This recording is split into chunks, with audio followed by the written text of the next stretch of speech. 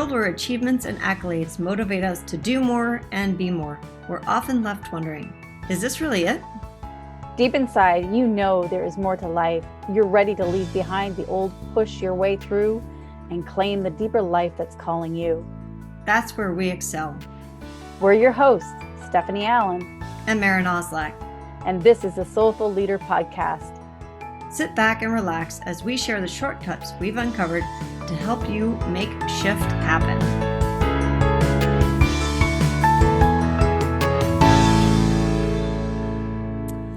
Welcome back to the Soulful Leader podcast. This is Maren, and I'm here with Stephanie.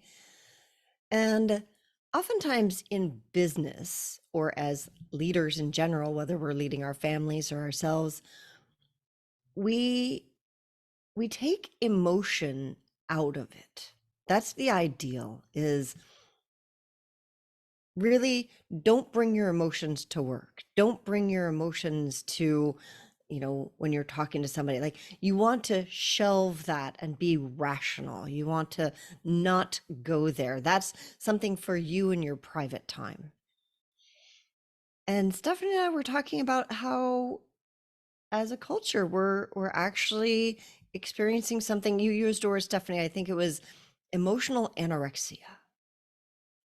Yeah, I mean, you hear lots of time, it's like, don't take it personally. It's just business. Or, and how do you not take things personally?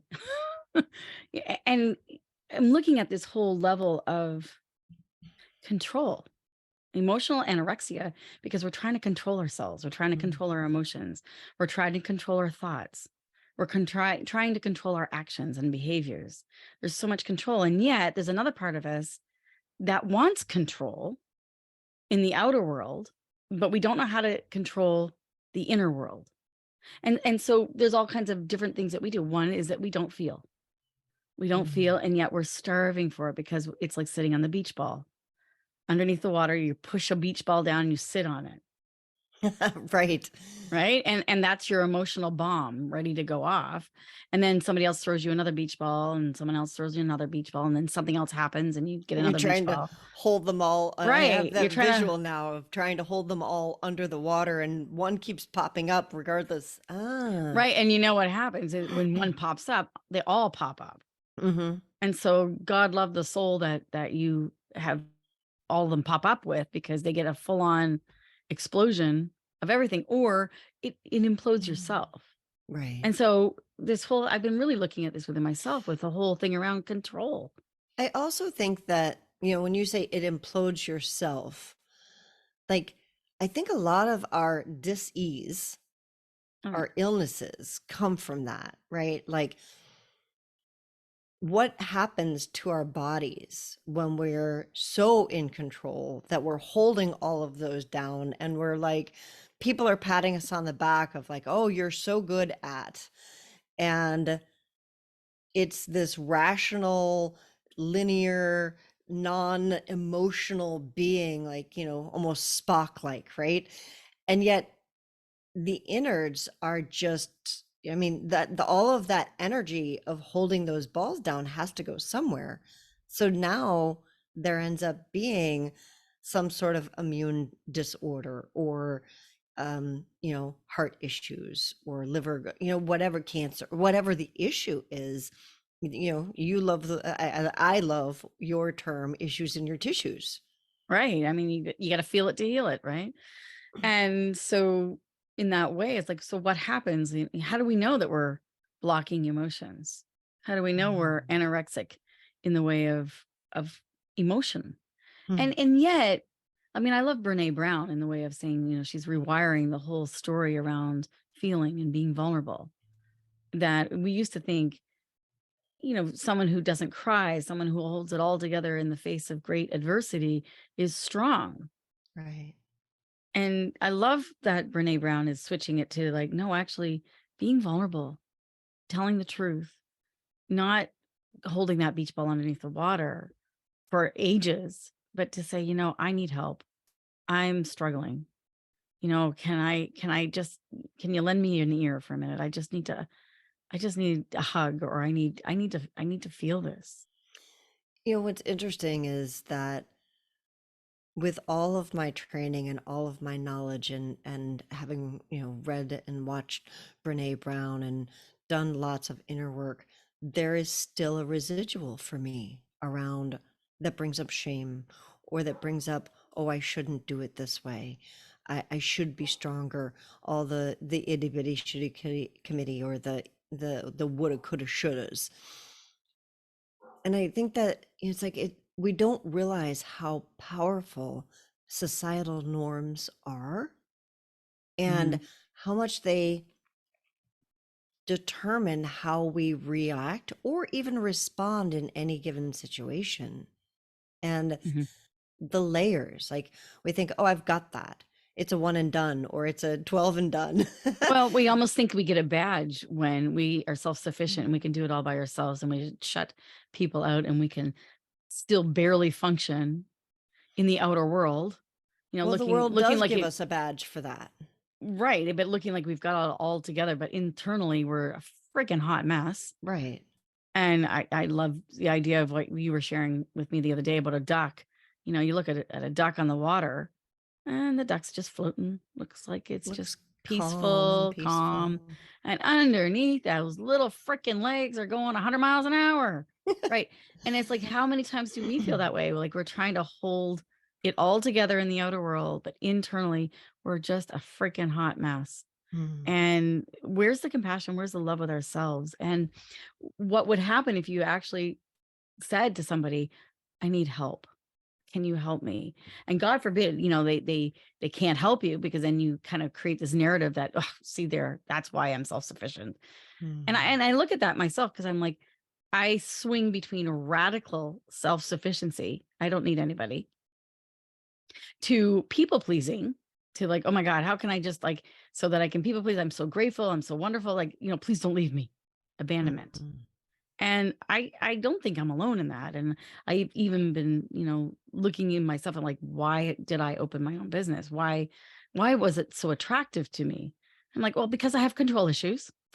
I'll be honest, I have control issues.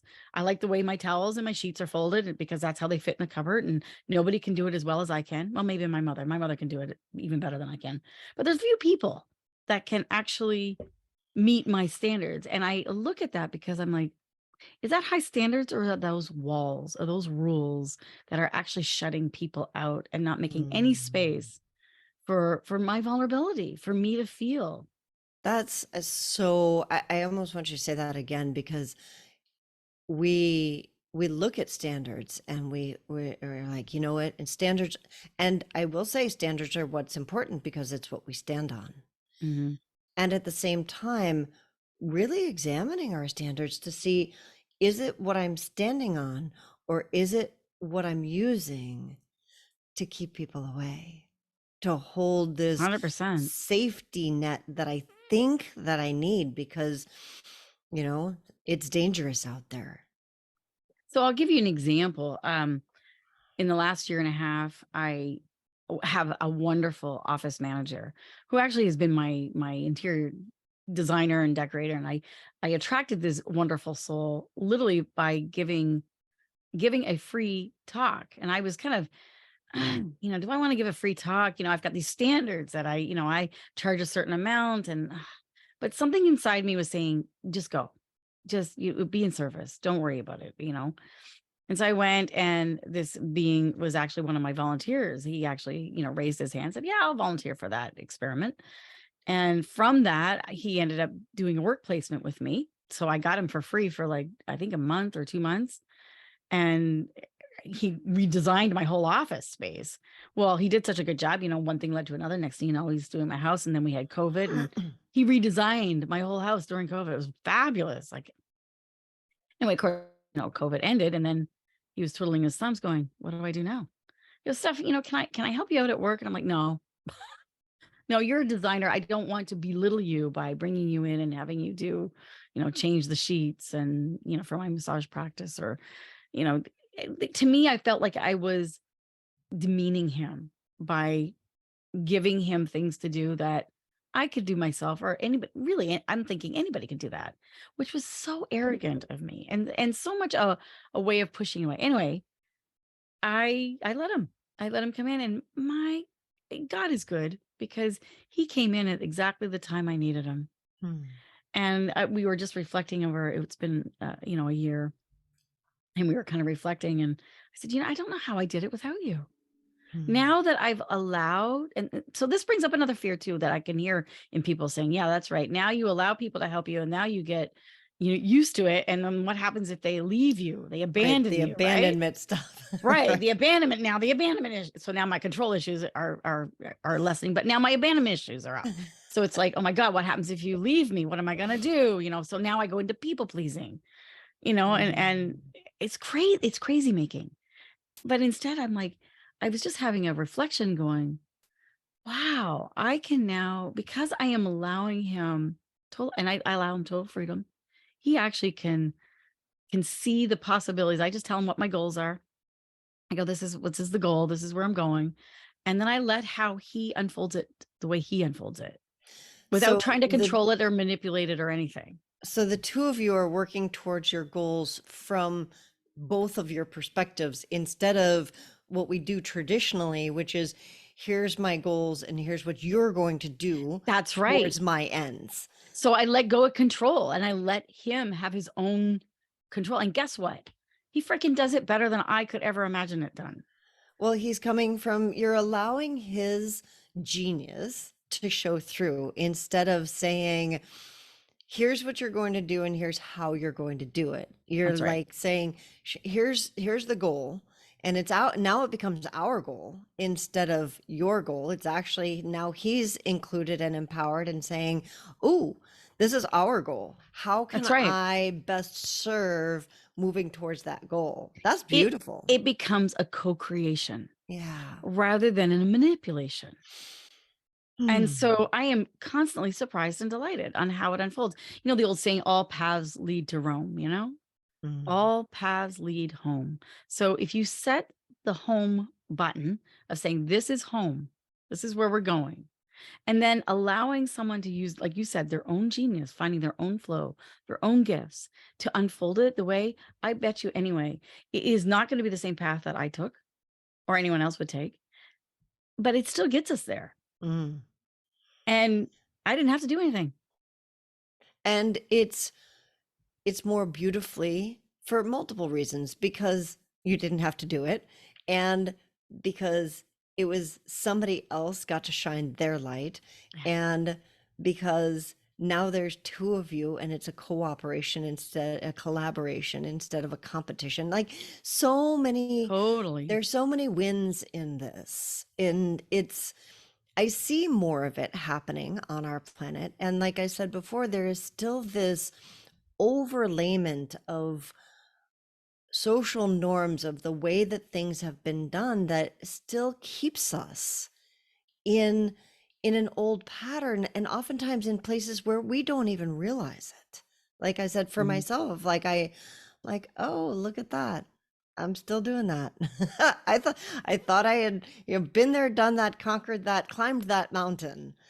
And yet, oh, I see that pattern again. Mhm. So I think, when we talk about control and we start to see the patterns that are kind of consistent in our own way.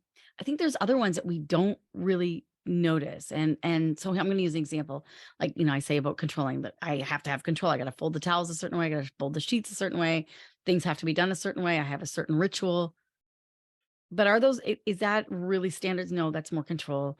And that's more a way of shutting someone out. So now I let somebody in. Now the abandonment issue comes up.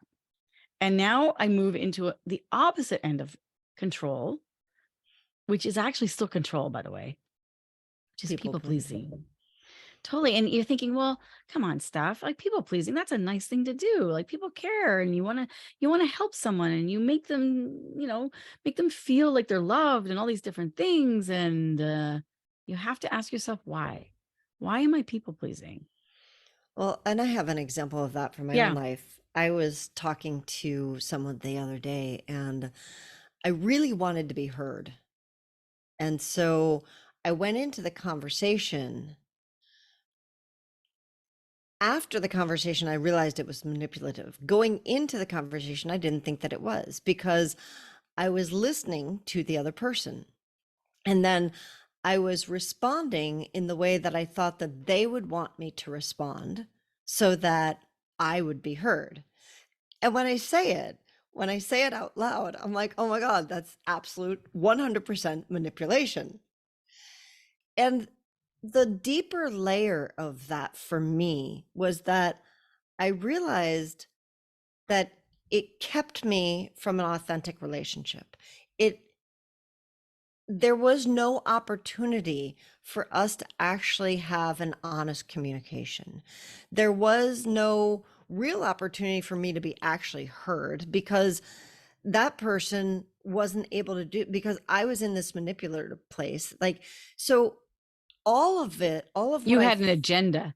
I You had had an an agenda. agenda, Yeah. and my agenda did not get served because I came from a place of, I want this, instead of from a really open place. Like, that's the wall. I actually put up a wall and said, you can't come any closer than this, but I want you to hear all of this stuff back here. And you guys can't see me.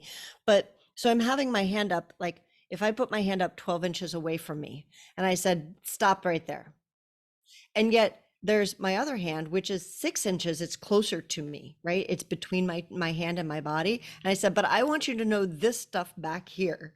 Well, they can't know that stuff. They can't hear it because I've put a wall up further, towards that person. And so there's no chance that I was actually going to reach that spot that I really wanted to reach, which was a true connection.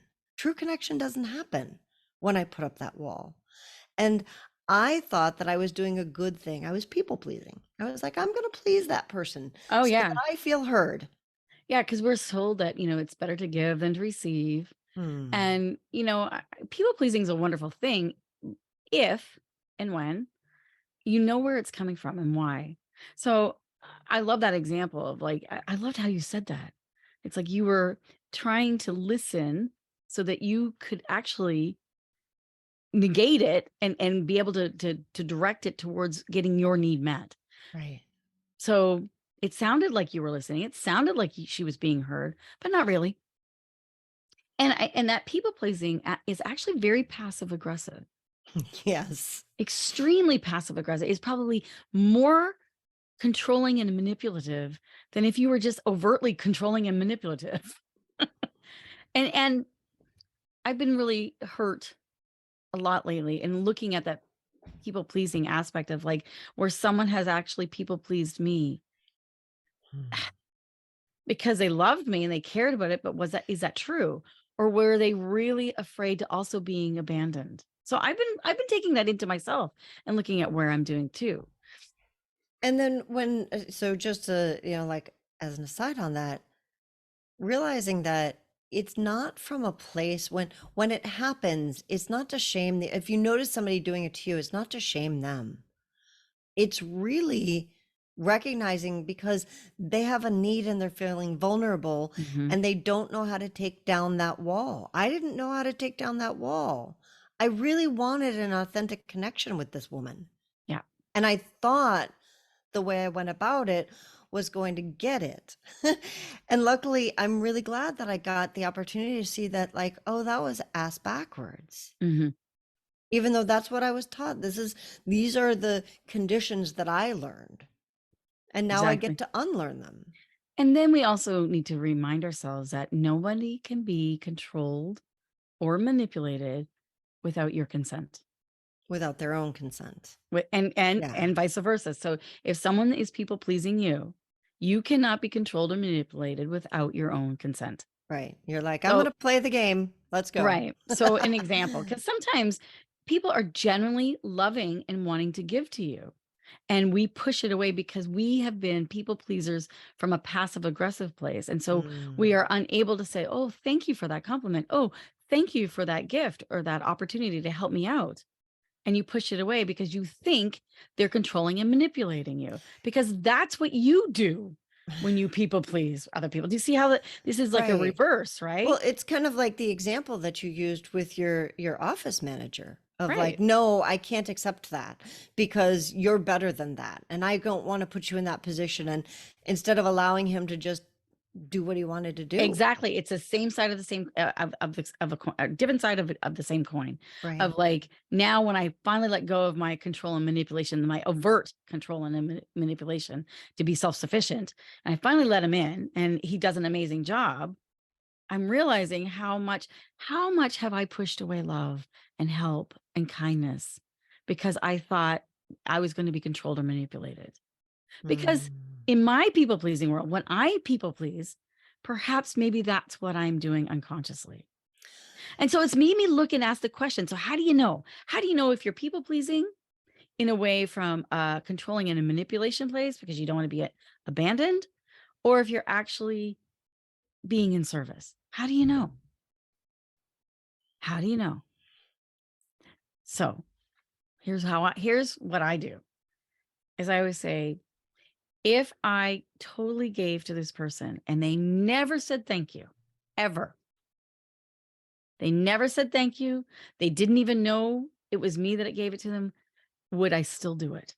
Does it come from love? If I can completely take the I out of it, my ego and my identity, and still be abandoned and still be totally unrecognized or unheard or whatever it is, would I still do it? Mm. And if the answer is yes, then it's coming from love and service. If the answer is no, it's coming from a passive aggressive place to people please this person so that I can get my needs met. That's awesome. So it takes me in two directions. One of them is going back to my conversation. And if I, so the question I could ask myself is, if I truly could listen to this woman and what she had to say to me without sharing what I felt so important, that was so important for me to share, like, could I do that? Could I be in that service? Mhm. And if I can't, what do I need to do to feel heard? Like, those are two those are two different things, which in my in my attempt to be heard, I merged them, and I don't even think I realized that. I think that's what we all, that's such a great witness of being able to slow down enough to ask yourself that question, right? I say when I'm constantly focused on outward, getting my needs met, like I'm trying to find love. I'm trying to find acceptance. I want to be heard. I want to be seen. And I'm looking outside for those witnesses. And I keep setting myself say, oh, no one's hearing me, no one's seeing me, no one's loving me, I'm unlovable or whatever, or no one appreciates me. I do so much. Wah, wah, wah, wah, wah. What happens is that I will literally set myself up to try to be controlling or to people please and control another. So overtly or inadvertently, like, and when I notice that, I have to, if I can take it inward and go, what do I need to hear inside myself? Where am I not hearing somebody? Where do I need to love myself more? Where do I need to love someone else more?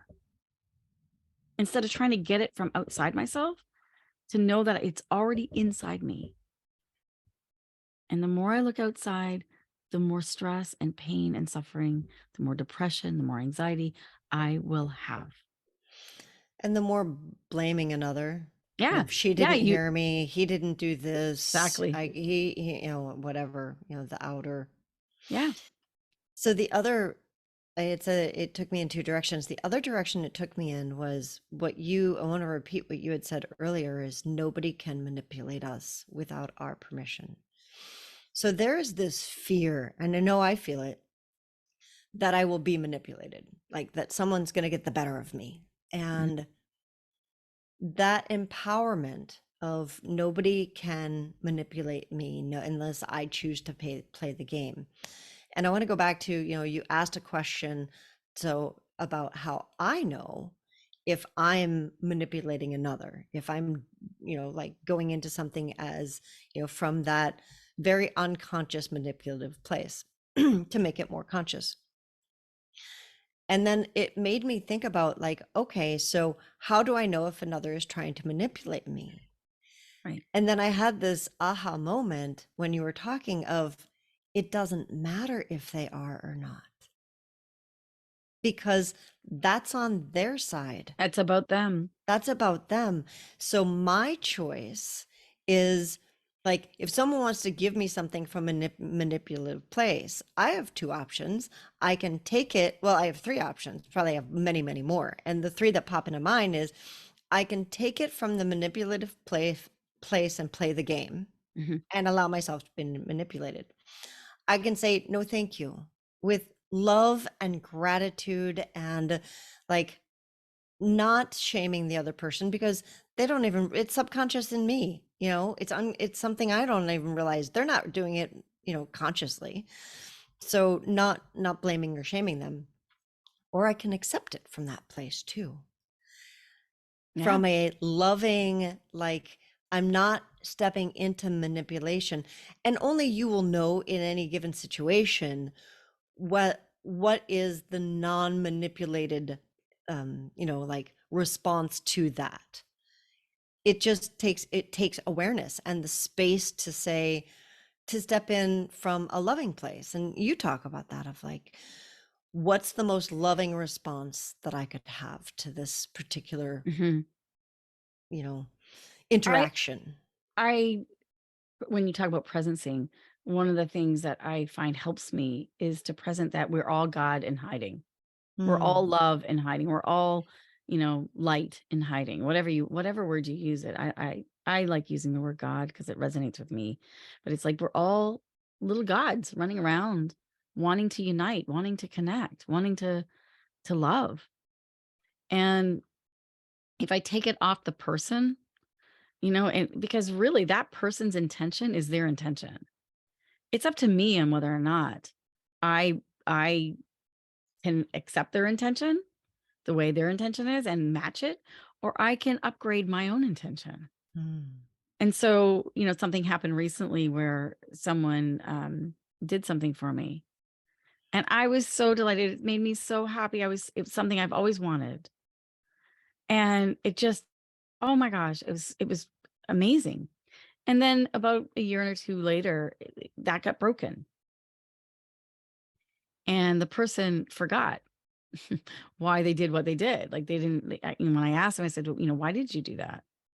And they said, I don't know. I can't remember. And I'm like, well, I remembered why I allowed you, to do that and accepted it. And then after I contemplated and meditated with that for a bit, I realized that that person did that act for me because they wanted to please me, Hmm. and they did please me. But where my accountability was in that moment, I didn't ask a deeper question. I didn't return to that person and say, what does this mean to you? What is it that is so sacred to you that you're giving this to me?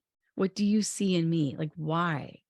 And not from a skeptic kind of place, but from I love you and I want to get to know you more place. And I think that's the inquiry. The more we can inquire within ourselves, the more we can inquire to get to know and love another. Hmm. And I feel like that was such a great opportunity now that I've seen how that works out when I don't inquire back. It's like I just make assumptions, right? I'm like, oh, we're both on the same page. There we go. We're both on the same page. But we're Right. not. But we're not. And I think this is true whether it's in relationship, love, or relationship in business, or it's like to really be clear. Why am I doing this? Whatever this and doing is, you know, an act of service, or it's like, why am I doing that? For what reason? What do I want to get out of it? Or maybe I don't want to get anything out of it. Maybe I'm doing it because it's what I'm being called to do. And I can completely let go of my ego with this because somebody might never ever know that I've done that great act of service. And am I okay with that? Right. Because that's the truth. Like if I can be totally okay with that, then it's coming from a very deep, rich place within me. The next kind of the thing that I think about, especially in leadership, is when we can do that with ourselves, then we can do that with our teams.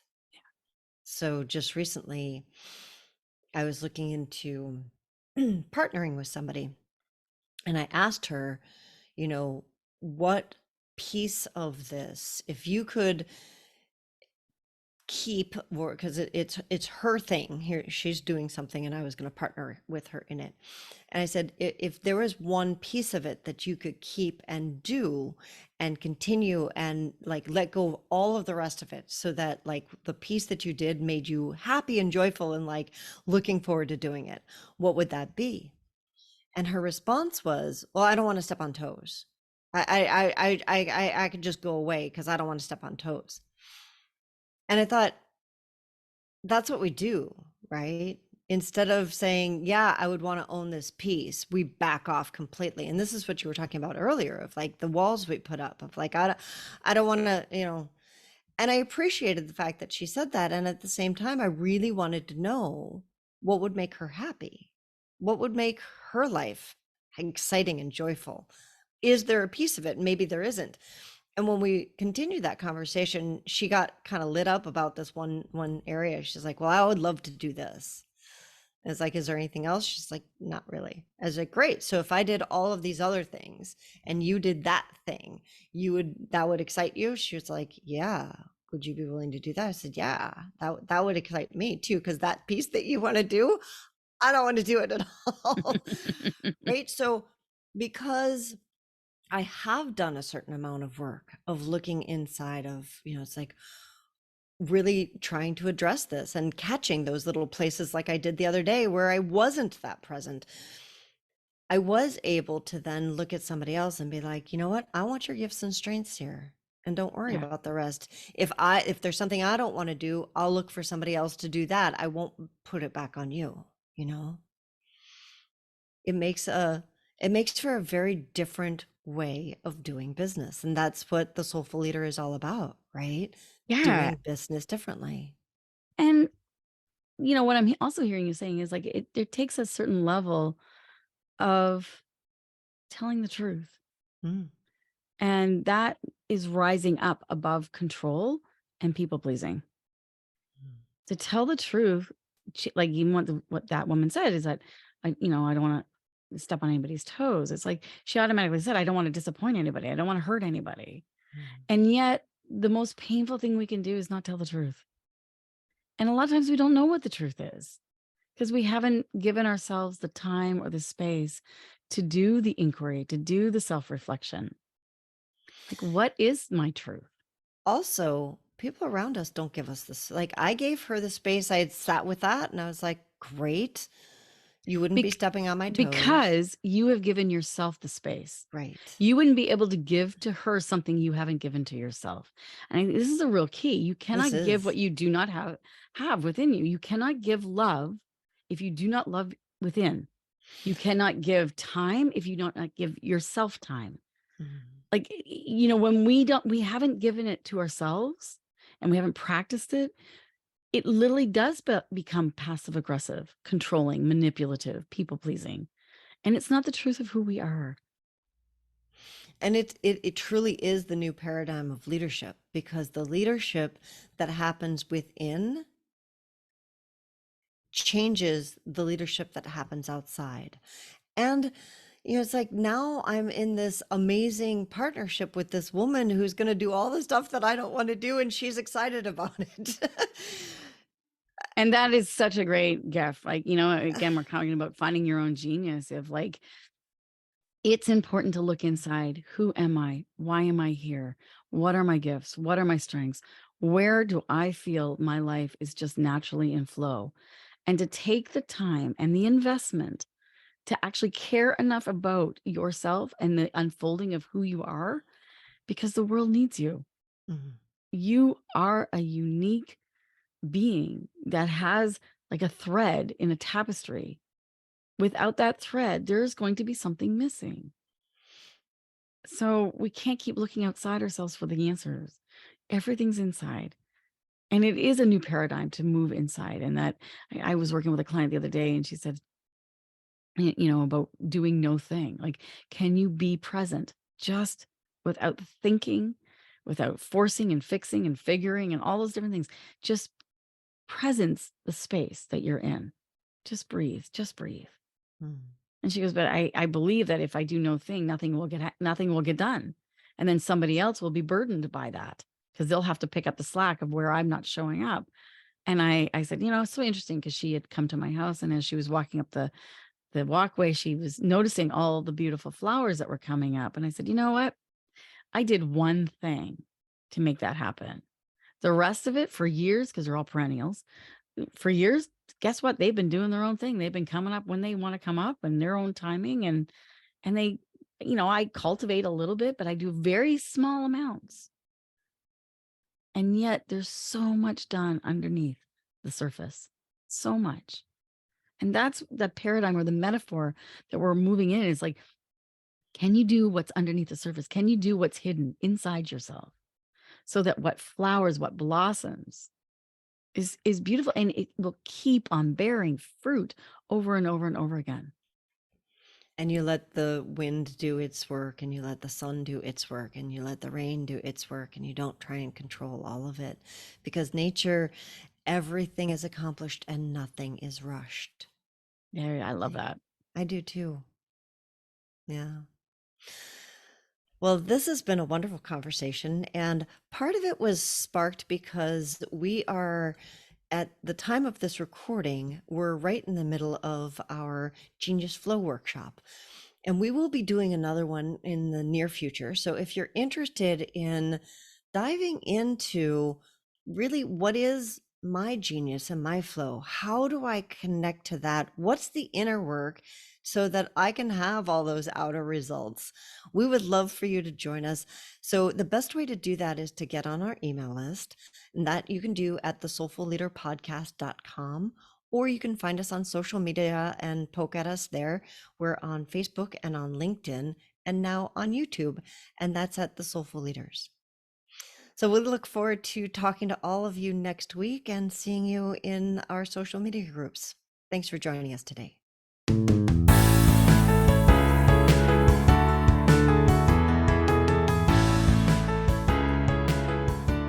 And that wraps up another episode of the Soulful Leader podcast with your hosts, Stephanie Allen and Maren Oslack. Thank you for listening. If you'd like to dive deeper, head over to our website at thesoulfulleaderpodcast.com. Until next time.